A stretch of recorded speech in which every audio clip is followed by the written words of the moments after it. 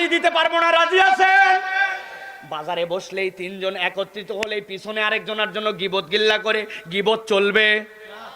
যদি হালাল করে যদি করতে পারেন তাহলে চলবে। আসলে কথা বলা উচিত না, না বলেও পারি না, আল্লাহ মাফ করুক, লোকটা আসলেই খারাপ। বুঝেন নাই?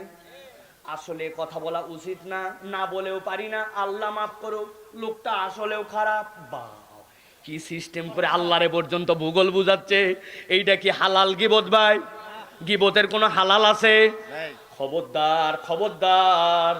সত্য দোষ ওই লোকের অনুপস্থিতিতে বলার নাম গীবত, আর মিথ্যা কথা বললে তো সেটা অপবাদ। আল্লাহ বলছেন আইয়ুহিব্বু আহাদুকুম আইয়াকুলা লাহমা আখিহি মাইতা ফাকারিহতুমু, তুমি কি তোমার মরা ভাইয়ের গোশত ভুনা করে রান্না করে রুটি দিয়ে খাবা? ঘিন্নায় থুতু আসবে। মরা ভাইয়ের গোশত কেমন করে খাবো? আল্লাহ বলছেন তুমি যদি সত্য যেই দোষ আছে কিন্তু ওই লোকের পিছনে তুমি যদি বলো, তাহলে ওই মরা ভাইয়ের গোশত খাওয়ার মতোই তোমার আমল নামা খেয়ে ফেলবে। তাহলে কি আমরা গীবত করব ভাই? কথা গীবত করব? আল্লাহর গোলাম হতে হবে আমাদের। তাহলে 1 নম্বর পয়েন্ট মনে রাখেন, 3টা গুণের কথা বলবো বলেছি। 1 নম্বর, আল্লাহ রাব্বুল আমিনের প্রকৃত আব্দ হতে হবে। আমার আল্লাহ যা বলেছেন আমি সেইটা মেনে নিব, আল্লাহ যা ছাড়তে বলেছেন সেটা আমি ছেড়ে দিব। এটাই হচ্ছে গোলামের সিফাত, ঠিক কি না? 2 নম্বরে এবার চলে, আল্লাহ রাব্বুল আলামিন বলছেন ওয়া ইসমাঈল ওয়া ইদরিস ওয়া দাল কিফল কুল্লুম মিনাস সাবিরিন। আল্লাহ রাব্বুল আলামিন বলছেন আমার 3জন পয়গম্বরের কথা তোমাদেরকে বললাম। 1 নম্বরে ইসমাইল, 2 নম্বরে ইদ্রিস, 3 নম্বরে বললাম জালকিফেল। আল্লাহ বলছেন এরা প্রত্যেকেই আল্লাহর জন্য সাবের ছিল, ধৈর্যশীল ছিল। ধৈর্য মানে কি? ধৈর্য মানে এরকম নয় একটু বিপদ আসছে সাময়িক, আমি আল্লাহর উপর ধৈর্য আছে, মাথা ব্যথা করে আল্লাহর উপর ধৈর্য করছে, একটুখানি আবহাওয়া খারাপ আল্লাহর উপরে ধৈর্য ধরে আছে, এইটুকুই কেবল ধৈর্য নয়। ধৈর্যের সর্বোচ্চ রূপ হচ্ছে আল্লাহ যা করতে বলেছেন দুনিয়া একদিক, আপনি আল্লাহর কথার থেকে সরেন না, আর আল্লাহ যা করতে নিষেধ করেছেন দুনিয়ার সবাই আপনাকে করতে বললেও আপনি এটা কখনো করেন না, আল্লাহর নিষেধ আপনার জীবনে মেনে নেন। এটাই হচ্ছে সবরের সর্বোচ্চ রূপ, ঠিক কি না? দাড়ি রাখছে একটু বন্ধু 10 জন খাটাস, যাওয়ার পরে বলছে কি রে এই বয়সেই তুই হুজুর হলু, ফুসকা ফুসকা লাগতেছে, ছাগলের মতো দাড়ি। বলে না ভাই? বলে না? এই কথা শুনে চিন্তা করছে তাই তো আমার মনে বেশি ভালো লাগতেছে না, আয়না টায়না সামনে যায়, আস্তে করে যায় দোকানে যায়, বলছে আপাতত শেভ করেন না, আপাতত 3 নম্বর মারেন। আস্তে আস্তে করে 3 দিন পরে বলছে ঠিক আছে এবার প্রথমবার একবার শেভ করেন। আস্তে আস্তে করে আল্লাহর দিক থেকে সরে গেছে, 2টা লোকের কথা সহ্য করতে পারে নাই। আল্লাহ রাব্বুল আমিন বলছেন এইটা সবর হয় নাই। আল্লাহর হুকুম যেইটা 1000 বাধা আসুক তুমি আল্লাহর হুকুমের প্রতি অবিচল থাকবে, ঠিক কি না? একজনকে নাকি বলছিল একজন, এই তোর ছাগলের মতো দাড়ি তো মুখে। ওই বলছে ঠিক বলছেন আপনি, আমার ছাগলের মতোই দাড়ি কয়েকটা, কিন্তু আপনি কুত্তার মতো, এই জন্য আপনার মুখে কিছুই নাই। বুঝেন নাই? কুত্তার মুখে দাড়ি থাকে, ছাগলের তাও আছে কয়টা। বলছে আপনার কথা একদম ঠিক, আপনি যে এত মানবিক মানুষ, আপনি বলছেন তোমাকে দেখতে ছাগলের মতো লাগছে। বলছে ঠিক, আমার কয়েকটা দাড়ির জন্য ছাগল, কিন্তু আপনাকে দেখতে কুত্তার মতো লাগে, কারণ আপনার মুখে কোনো দাড়িই নেই। এই উত্তরটা দিয়ে দিবেন কেউ যদি আপনার এরকম ঠগায়, এরকম করে যদি কথা বলতে চায়। আল্লাহ রাব্বুল আমিন বলছেন ভালো করে বোঝেন, ইসমাইলের কথা কেন বললেন? যুবক তোমাদেরকে যে বকাবকি করে বসালাম, ভাইরে তোমার জন্য বলি ভালো করে শোনো, হৃদয়ের কান খুলে শোনো। ইসমাইলের ঘটনা জানে না কে? ইসমাইল আলাইহিস সালাম আল্লাহ রাব্বুল আমিনের দেওয়া এক নিয়ামত। হযরত ইব্রাহিম আলাইহিস সালামের শেষ বয়সের সন্তান। ইব্রাহিম আলাইহিস সালামকে আল্লাহ সন্তান দিলেন, দেওয়ার পরে বললেন হাজেরাকে নিয়ে চলে যান। কোথায় যাব? ওই যে জাজিরাতুল আরবে ওই জায়গায় আল্লাহ যে নিদর্শন দিয়েছেন এখানে চলে যাবেন। যাওয়ার পরে হাজেরা আর ইসমাইলকে রেখে দিয়ে আল্লাহর পয়গম্বর চলে যান। পিছন থেকে হাজেরা ডাক দিয়েছেন, দাঁড়ান দাঁড়ান স্বামী, পানি নাই, খাদ্য নাই, মরুপ্রান্তরে জনমানব নাই, কেমন করে আমাদেরকে রেখে যাচ্ছেন? কেন রেখে যাচ্ছেন? রাগ করছেন নাকি? আপনার আরেক অনেক স্ত্রী আছে, তার সাথে কি কোনো বোঝাপড়া করছেন নাকি? শুধু একটা উত্তর দেন, কোনো কথা বলে না। ইব্রাহিম আলাইহিস সালামকে শেষে জিজ্ঞাসা করেছেন তিনি, আপনি কি আল্লাহর নির্দেশে নাকি আপনার মনের ইচ্ছায় রেখে যাচ্ছেন? এইটুকু কেবল বলে যান। ইব্রাহিম বলেছেন, আল্লাহর ইশারায়, আমার মনের ইচ্ছায় নয়। হাজেরা বলছেন, তাওয়াক্কালতু আলাল্লাহ ওয়া হুয়া হাসবু, আমি আল্লাহর পর ভরসা করলাম, তিনি আমার জন্য যথেষ্ট। এখন আপনি চলে যেতে পারেন, চলে যেতে পারেন, আমার কোনো চিন্তা নাই। যতটুকু সাথে খাবার ছিল ফুরায় গেল, পানি ছিল শেষ হয়ে গেল। শিশু ইসমাইল কাঁদে, জিব্বা লাগাই দিয়েছেন মুখের মধ্যে, বাবা জিব্বা চুষ, তারপরেও ছাতি ফেটে যায়। এরপরে সহ্য করার ক্ষমতা নাই। মা সাফার থেকে দৌড় লাগালেন, চকচক করে মারোয়া পর্যন্ত। আসলে পানি নয়, পিচ ঢালা পথে যেরকম মরিচিকার মতো উঠে দৌড় দিছেন, না পানি নাই। মারোয়ায় গেছেন, আবার সাফাই, সাফার থেকে আবার মারোয়ায়, মারোয়ার থেকে আবার সাফাই, 7 দফা দৌড়াইছেন। আর সাফার থেকে যখন যাচ্ছেন, বামের দিকে তাকায় দেখেন আমার ইসমাইল ছটফট ছটফট করে দৌড় দিছেন একটু জোরে। আল্লাহ বলছেন, আমার হাজেরার এই ভালো লাগা, এই দৌড়টাকে আমি এমন পছন্দ করলাম, কিয়ামত পর্যন্ত হজ চলমান থাকবে। হজই করো আর উমরা করো, তোমার জন্য এই সাফার থেকে মারোয়া, মারোয়ার থেকে সাফা 7 বার দৌড়ানো। আর যেইটুকু জায়গায় আমার এই প্রিয় পাত্রীটা জোরে দৌড়াইছিল, ওইটুকু জায়গাতে তোমাদের জন্য জোরে দৌড়ানো। আর মাঝে মাঝে আল্লাহর কাছে দোয়া করা, রব্বিগফির ওয়ারহাম ওয়া আনতা আযুল আকরাম, রব্বিগফির ওয়ারহাম ওয়া আনতা আযুল আকরাম। আল্লাহ বলছেন, আমার এই মহিলা বান্দিকে আমি এত মোহাব্বত করলাম, তোমার হজ তোমার উমরার অনুষঙ্গ আমি এইটা বানায় দিলাম। 7 বার ঘোরার পরে যেছেন মারোয়াতে দাঁড়ায় আছেন। এবার তাকায় দেখেন, এতক্ষণ পর্যন্ত আমি যেই পানির জন্য সাফা মারোয়া দৌড়ালাম, এখন তো দেখি পানি চকচক করে ইসমাইলের কাছে দৌড়ায় চলে আসছেন মারোয়ার থেকে। খানায় খাবার দরজা আর হজরে আসওয়াদ দুইটার মধ্যে বরাবর, সামনে দিকেই কোণার দিকে আসার পরে, এইটা যদি খানায় কাবা মনে করেন, তাহলে এই পাশটাতে আছে আপনার জন্য হজরে আসওয়াদ, এই জায়গাতে খানায় কাবার দরজা, এইটা রুকনে ইয়ামানি, এই জায়গাতে হাতিমে কাবা, এই যে হজরে আসওয়াদ, আর এই কোণার মধ্যে যে আপনার খানায় কাবার দরজা, এইটা বরাবর এই রকম জায়গাতে ইসমাইল শুয়ে আছেন। ওই জায়গাতেই দেখেন তার জায়গা থেকে পানি বের হচ্ছে। দৌড়ায় আসে দেখেন, এখন তো আর মরিচিকা নয়, সত্যি সত্যি তো ইসমাইল যে পা দিয়ে থাবা দিচ্ছিল, আল্লাহ ওই জায়গা থেকে গল গল করে পানি বের করে দিয়েছেন। সুবহানাল্লাহ। চিন্তা করলেন, এই পানি যেমনে বের হচ্ছে, সাথে সাথে মগ যেটা ছিল বড়ায় ফেলছেন, কাপড় চুপড় যা ছিল ভিজায় নিছেন, তারপরেও দেখে পানি থামে না। হিব্রু ভাষায় বলা হয় জমজম, জমজম মানে থাম থাম। তিনি বললেন, হে পানি, তুই যদি চলে যাস তাইলে কি হবে, থাম, একটু থাম। যেমনে বেরোতে শুরু করছিস, বুখারীর হাদিস সাক্ষ্য দিচ্ছে, আল্লাহর নবী বলছেন, তোমাদের মা হাজেরা যদি চারিদিক দিয়ে বালু দিয়ে বাঁধ না দিতেন, বাঁধ দেওয়ার কারণে কূপ হয়েছে, আর যদি পানি ছেড়ে দিয়ে রাখতেন, তাহলে দুনিয়ার শ্রেষ্ঠতম নহর হিসেবে এটা ছুটে ছুটে বেড়াতো। আল্লাহু আকবার। প্রিয় মুসলমান, ভালো করে খেয়াল করেন, ইসমাইলের প্রসঙ্গ বলতে যে ইসমাইল আলাইহিস সালাম এরকম করে বড় হলেন, এরপরে ইব্রাহিম আলাইহিস সালামকে আল্লাহ রাব্বুল আলামিন নির্দেশ দিলেন। ইব্রাহিম আলাইহিস সালাম তাকে দেখতে আসলেন, এর মধ্যে হাজেরা আলাইহিস সালাম মারা গেছেন, ইসমাইল বড় হয়ে গেছেন, বিয়ে শাদী হয়ে গেছে। আল্লাহ রাব্বুল আলামিনের পরে ওই ইসমাইল যখন অ্যাডাল্ট হয়ে গেছেন, ইব্রাহিম যখন বৃদ্ধ, আল্লাহ ইসমাইল আলাইহিস সালামকে এরপরে ইব্রাহিমকে স্বপ্ন দেখালেন, আপনার প্রিয় জিনিসকে আপনি কুরবানি করে দেন।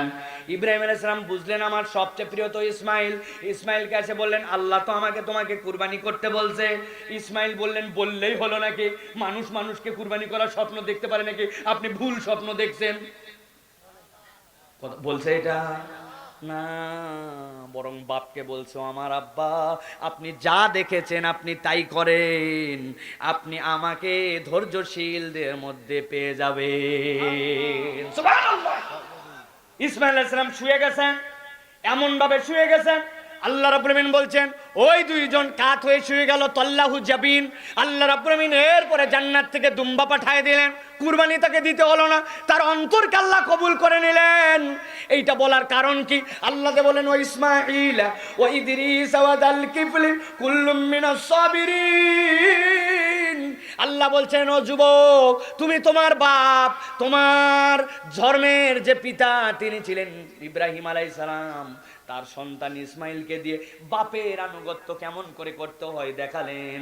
আর তুমি স্বীকার করো যে আমার জাতির পিতা, আমার ধর্মের পিতা ইব্রাহিম, ইসমাইল আলাইহিস সালামের বংশ থেকে আমার নবী এসেছেন, কিন্তু আপনি আমি পিতা মাতার কথা শুনতে রাজি নাই।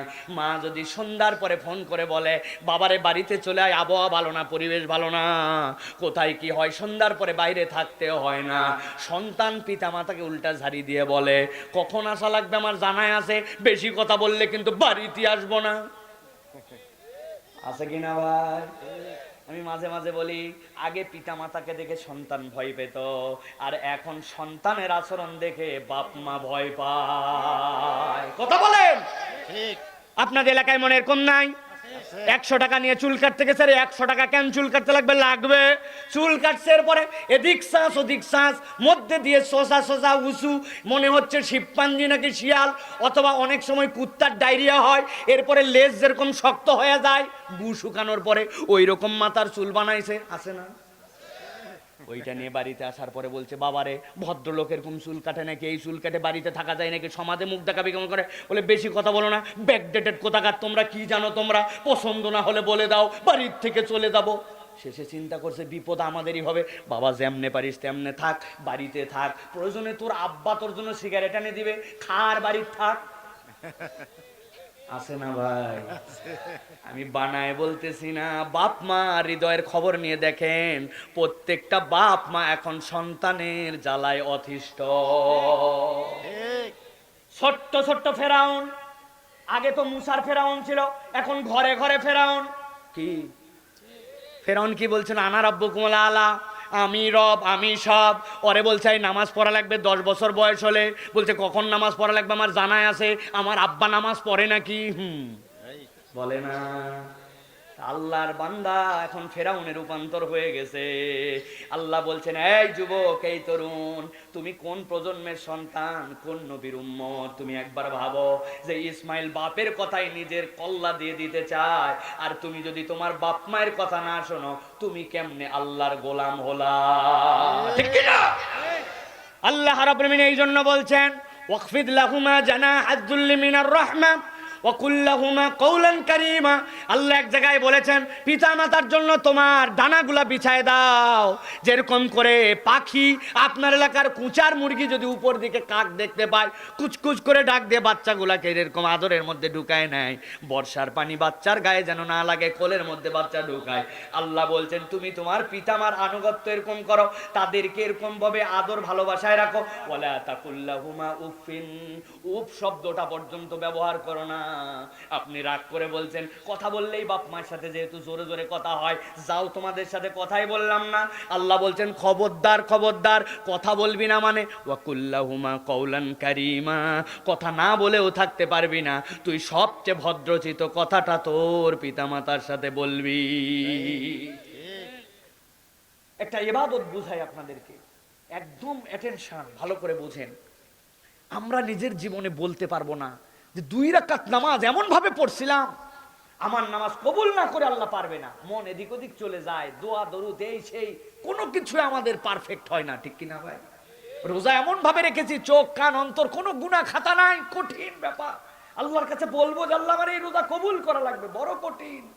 হজ যাকাত এইগুলো সবকিছুর মধ্যে লৌকিকতা চলে আসে, কোথা থেকে কি করলাম, আমার একটা ইবাদত কবুল হচ্ছে কিনা আমরা জানি না, কিন্তু আল্লাহ একটা অপরচুনিটিস দিয়েছেন, আপনি আল্লাহর কাছে বলতে পারবেন এই রব তোমার কথা মতো আমি একটা ইবাদত করেছি যেটা তোমাকে কবুল করতে হবে। কোনটা? আপনার আব্বা ডাকছে, এই আব্দুল্লাহ, আব্দুর রহমান, এই মুসলিম উদ্দিন, এদিকে আসো। জি আব্বা বলেন। বাবার একটু বাজারে যাওয়া লাগবে। জি আব্বা বাজারে যাচ্ছি। তারপরে জিজ্ঞাসা করছে বাপ টাকা পয়সা যেই অবস্থা, কি অবস্থা চলতেছে এখন? আপনি বিনয়ের সাথে আপনার বাপের সাথে আস্তে আস্তে করে ভদ্রভাবে কথা বলছেন। আব্বাকে জিজ্ঞাসা করছেন আব্বা আপনার শরীর কেমন আছে, শরীরটা ভালো যাচ্ছে কিনা? আব্বা আপনি আমার জন্য দোয়া করবেন, আল্লাহ চাহে তো ইনশাআল্লাহ আমি এই পড়ালেখা করতেছি, আল্লাহ যদি একদিন সুযোগ দেয় আমি যেন বড় কিছু হতে পারি, এই জন্য দোয়া করবেন। আপনি আপনার বাপের সাথে মায়ের সাথে তারা যে কথা কথা বলছে এগুলা জাস্ট খালি সুন্দর করে নম্র ভাষায় কথা বলছেন, আল্লাহর কসম করে বলি, আল্লাহ যে বলছেন ওয়াকুল্লাহুমা কাউলান কারীমা, আপনি যতক্ষণ আপনার পিতামাতার সাথে ভদ্র হবে, নম্রভাবে মায়া নিয়ে কথা বলবেন, আল্লাহর ফেরেশতা কিরামান কাতিবিন যারা, তারা লিখতেই থাকবে আল্লাহ তোমার বান্দা একটা কবুল ইবাদত করতেছে, কবুল ইবাদত করতেছে, কবুল ইবাদত করতেছে। এই কথা আল্লাহর কাছে কবুল ইবাদত হিসেবে লেখা হয়ে যাবে। সুবহানাল্লাহ। 2 রাকাত নামাজ বলতে পারবো না, কিন্তু এটা আপনার কবুল ইবাদত হবে। কিন্তু আমরা পিতামাতার সাথে এখন বেয়াদবি ছাড়া কথা বলি না। কি বাজে ব্যবহার করে বাচ্চা কাচ্চারা। আহারে, একটুখানি নিজের দিকে নিজে জিজ্ঞাসা করো, একটা কথা সুন্দর করে বলে না, টাকা লাগলেও ঝাড়ি দিয়ে বলে কথা, মাইক তো গুনেই না, বাপকে তাও একটু ভয় করে। আছে না ভাই? যুবক প্রিয় ভাইয়েরা, আল্লাহ রাব্বুল আলামিন ইসমাইলের কথা বলেছেন, ইদ্রিসের কথা বলেছেন, শেষে বলছেন এরা সবাই সাবের ছিল, ধৈর্যশীল ছিল। তাহলে 1 নম্বর গুণ যদি আব্দ হয়, 2 নম্বর গুণ হচ্ছে আল্লাহর বিধানের উপরে আপনাকে সাবের থাকতে হবে, ধৈর্যশীল থাকতে হবে, ঠিক কি না? বলছে সবর কেমন করে করব? বলছে আপনি সুদ খান কেন? বলছে সুদ ছাড়া এখন চলা যায়? এই দুনিয়াতে এখন যে অবস্থা ভাই, এই আয় করতে, ব্যয় করতে, ব্যাংক ঋণ নিতে, ইম্পোর্ট করতে, এক্সপোর্ট করতে, সব জায়গায় সুদ। সুদ ছাড়া চলা যায় নাকি? এইরকম কথাবার্তা বলে উনি আল্লাহর বিধানের উপর ধৈর্য রাখতে পারে না, উনি সুদে কারবার করে। আছে না ভাই? আমি যে কত জায়গায় বলছি, এখন পর্যন্ত কয়েক হাজার জায়গায় বলছি, কতকগুলা দাড়ি টুপিওয়ালা পর্যন্ত গ্রামে গ্রামে এখন দাদনের ব্যবসা করে। আপনাদের এলাকায় আছে? টাকা লাগায় আছে? এত বড় দাড়ি টুপি জুব্বা, সুদে টাকা লাগায়। এক বাচ্চা গেছে, যাওয়ার পরে বলছে আমি বিপদে পড়ছি, 1000 টাকা দেন। বলতে টাকা নাই, যাও। আরেকবার বলছে বাবা দেন না বাবা, কি বিপদ আমার আপনি জানেন। বলছে বললাম হাতে টাকা নাই। খানিকক্ষণ পরে বলছে মুরব্বী মনে করছেন এমনি টাকা নিব? আপনি আজকে যদি আমাকে 1000 টাকা দেন, আগামী মঙ্গলবার 1250 টাকা রিটার্ন করব। বলছে বেকুব কোথাকার, মানুষের হাতের টাকা থাকে, বাড়ির চল। বাড়িতে নিয়ে গেছে, বাড়িতে যাওয়ার পরে 1000 টাকা বের করে দিয়ে আবার বলতেছে যে বাবারে যদি লাগে তো আরো বল, তোর চাষিও কিন্তু এখন টাকা খাটায়, তবে যা করবি তাড়াতাড়ি কর বাবা। ছোট দিনের বেলা আমি কিন্তু মাগরিবের নামাজ যাই মসজিদে ধরবো, আসরের নামাজ পড়ে সুদে টাকা লাগায়া মাগরিবের নামাজ ধরার পেরেশানি দেখায়। এত বড় দাড়িওয়ালা মুসলমান নামধারী মুনাফিক আমাদের সমাজে আছে কি নাই? কিভাবে আপনি আল্লাহর বিধানের উপর ধৈর্য ধরলেন? আপনি এই টাকায় সুদে লাগাচ্ছেন। এই জন্য প্রিয় ভাইয়েরা, পাসওয়ার্ড খুলতে হবে, আল্লাহর বিধানের উপর আপনাকে সবরকারী হতে হবে। আপনি দাড়িটা এখন পর্যন্ত রাখতে পারেন না, কি সমস্যা আপনার? কি হয়েছে আপনার? আল্লাহর নবী পয়গম্বর একজন দাড়িহীন ছিল না, আর আপনার দাড়ি রাখলে কি সমস্যা? আপনি মনে করেন আমি আনস্মার্ট লাগে, ভালো লাগে না দেখতে। আপনার যদি আনস্মার্ট ভাবেন, মুহাম্মদ সাল্লাল্লাহু আলাইহি ওয়াসাল্লামের দাড়ি ছিল, আপনি আনস্মার্ট বলতে বলতে ধাক্কা মারছেন কোথায়? আপনার ঈমান চলে যাবে। এখন পর্যন্ত দাড়ি রাখতে পারে না, এখন পর্যন্ত মহিলা পর্দা করে না। মাহফিলে আসছে বোরখা পরে, হাত মোজা পরে, পা মোজা পরে, মহিলাটাকে নিয়ে আসছে সাথে করে, তার দিক চোখ দিয়ে তাকান যাচ্ছে না, মশারির মতো কাপড় পরে আসছে। এই মহিলা, তোমার এখন পর্দা হালকা হয়ে গেছে, 60 বছর বয়স, তোমার মিন্স বন্ধ হয়ে গেছে, ইসলামী শরীয়ত তোমার জন্য হালকা করছে, আর তুমি নফল কাজ করতে আসছো হারাম ত্যাগ করে। তোমার মেয়েকে হাতে করে ধরে জিজ্ঞাসা করবেন কি ব্যাপার? কয় আমিও বিয়ের পরে পর্দা করা শুরু করছি, বেটিক বিয়ে দিলে তারপরে জামাইয়ের বাড়ির যেয়ে পর্দা করবে। আছে না এরকম? যত দোষ খালি ছেলেদের। ছেলেদেরকে বলে তুই টাকা লুকা, বলে না তুমি খুলে খুলে চলো, তোমার দোষ নাই না। দুই পক্ষকে সাবধান হতে হবে, ঠিক কি না? ঠিক। দুইটা তাহলে বললাম। সর্বশেষ পয়েন্ট ভালো করে খেয়াল করেন। আল্লাহ রাব্বুল আলামিন বলছেন, এবার একজন পয়গম্বরের কথা তোমাদের কাছে বলবো। পয়গম্বরের নাম হচ্ছে হযরত ইউনূস আলাইহিস সালাম। নাম শুনেছেন আপনারা? ইউনূস আলাইহিস সালাম যেই কওমের কাছে আসছিলেন, ইউনূস আলাইহিস সালাম ওই কওমের কাছে দাওয়াত দেন, তারা কথা শোনে না। ইউনূস আলাইহিস সালাম রাগী স্বভাবের মানুষ ছিলেন একটু। কওমের কাছে বারবার বলতেছেন তোমাদের বিপদ আসবে, তোমাদের উপরে কিন্তু আল্লাহ রাব্বুল আমিনের গজব চলে আসবে, কথা শোনো, কথা শোনো। কথা শোনে না তারা। একদিন বললেন আসমানের দিকে তাকাও, খেয়াল করেন আসমান কালো হয়ে গেছে। উপর থেকে লেদের মিস্ত্রি যখন কাজ করে, ড্রিল দিয়ে কোনো কিছু কাটে, যেরকম আগুন ছিটছিট করে বের হয়, আসমান থেকে এরকম আগুন নামে, দেখো বিপদ কিন্তু তোমাদের হবে। ওরা বললে এরকম কত আগুনই নামছে আমরা দেখছি, টেনশন নাই। কথা না শোনার কারণে ইউনূস আলাইহিস সালাম বললেন, আমি তোমাদেরকে রেখে চলে যাচ্ছি গজবের জায়গায়, কিন্তু আমি নাই, কথা কিন্তু তোমরা শুনলে না, তোমাদের বিপদ আছে। ইউনূস আলাইহিস সালাম এই কথা বলে কওমের থেকে বের হয়ে গেলেন। আল্লাহ রাব্বুল আলামিন সাথে সাথে কোরআনুল কারীমের মধ্যে তার পক্ষে তার জন্য এই ঘটনাকে সাক্ষী রেখে আয়াত অবতীর্ণ করলেন। আল্লাহ বলেন, ওয়াজান্নুন ইযযাহাবা মুগাদিবা, আর যখন ওই মাসওয়ালা নবী সে যখন রাগ করে বের হয়ে গেল, আল্লাহ বলছেন ফাজান্না আল্লান নাকদিরা আলাই, সে ভেবেছিল আমি বোধহয় তার জন্য পথকে সংকীর্ণ করব না। আল্লাহ চান নাই তিনি রাগ করে চলে যান, অথবা আল্লাহর গজব চলেই আসবে গ্যারান্টি দিয়ে বলে দেন। আল্লাহ রাব্বুল আমিন এটা চান নাই, কিন্তু হযরতে ইউনূস আলাইহিস সালাম রাগ করে বের হয়ে চলে গেছেন। আল্লাহ রাব্বুল আমিন খেলাটা ঘটায় দিলেন। সাথে সাথে ইউনূস যেই না বের হয়ে গেছেন, কওমের লোকেরা চিন্তা করলো সত্যিই তো গজব চলে আসছে, আল্লাহর কাছে তওবা করতে হবে। কওমের সব লোক এক মাঠের মধ্যে চলে আসলো আল্লাহর কাছে রোনাজারি করার জন্য, কিন্তু আল্লাহর জন্য তাদের চোখ দিয়ে পানি আসে না। কওমের যারা সিনিয়র সদস্য ছিল তারা বলল, যত মহিলার কোলের শিশু আছে 1, 2, 5, 7 বছর, সব মহিলারা এক পাশে যাবে, আর সব সন্তানদেরকে মধ্যে ফেলে দাও। সব সন্তান মধ্যে, মারা খালারা চাচিরা এক পাশে, আর সব পুরুষরা এক পাশে। সন্তানরা কোলের থেকে আসার পরে হাউমাউ করে ময়দান ভরায় কাঁদতে লাগলো। ওইটা দেখে দেখে মায়েরা কাঁদে আর চিন্তা করে, আমার সন্তানকে নিয়ে গজবে ধ্বংস হলেও কোলে নিয়ে মরতাম, কিন্তু সন্তানগুলা মধ্যে কেমনে কষ্ট পাবে আর মরবে দেখবো কেমনে। তারা পাগলের মতো কান্দে, বাচ্চারা তো না বুঝেই কাঁদে, আর এই কান্না দেখে পুরুষরাও কাঁদতে শুরু করে, আর আল্লাহর কাছে বলতে শুরু করলো, এই আমার রব আমাদেরকে ক্ষমা করে দাও, ক্ষমা করে দাও। আল্লাহ বলছেন, আল্লাহর রহমতের সাগরে ঢেউ লাগলো, রব্বুল আলামিন ইউনূসের কওমকে মাফ করে দিলেন। ইউনূস আলাইহিস সালাম তো এটা